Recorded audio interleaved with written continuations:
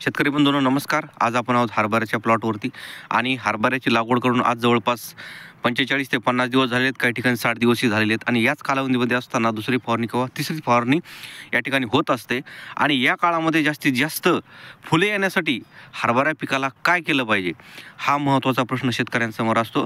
तर याच व्हिडिओच्या माध्यमातून आज आपण हरभरा पिकाला जास्तीत जास्त फुले येण्यासाठी आपण काय केले पाहिजे हे थोडक्यामध्ये पाहणार आहोत। तर शेतकरी बंधूंनो बऱ्याच वेळेस काय होतं की दुसऱ्या फवारणीमध्ये कुठली औषधं आपण त्या ठिकाणी घ्यायची, फुलं तर लागलेली असतात परंतु कमी फुलं त्या ठिकाणी आपल्याला दिसत असतात।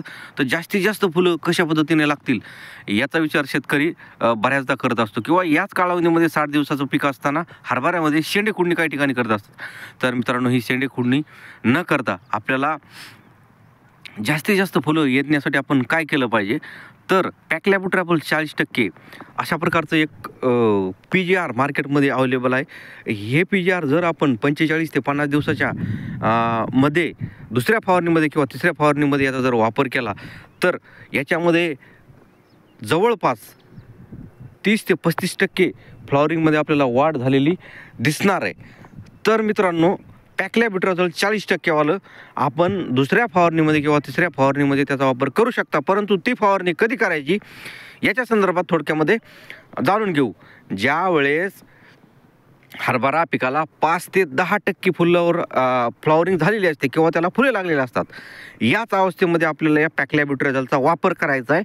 अन्यथा वापर अगोदर तुम्ही करू नका आणि नंतरही करू नका। 5 ते 10% फ्लॉवरिंग झालेली असणार आहे किंवा एखाद्या झाडाला 2, 4 किंवा 5 ते 10 फुले त्या ठिकाणी लागलेले असतील, अशाच पद्धतीनं त्याच वेळेस तुम्ही ती फवारणी करायची आहे। ही फवारणी केल्यानंतर अधिक प्रमाणामध्ये त्या झाडाला फुलं येणार आहेत, म्हणजे काय होणार आहे की त्या हरभऱ्या झाडाची हाईट थांबणार आहे आणि त्याच्यामध्ये जास्तीत जास्त फुलधारणा होणार आहे।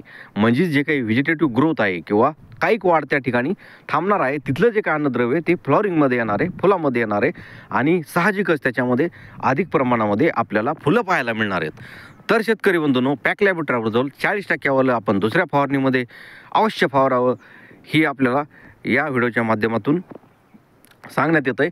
आणि आमच्या चॅनलला सबस्क्राईब केलं नसेल तर सबस्क्राईब करून घ्यायला विसरू नका।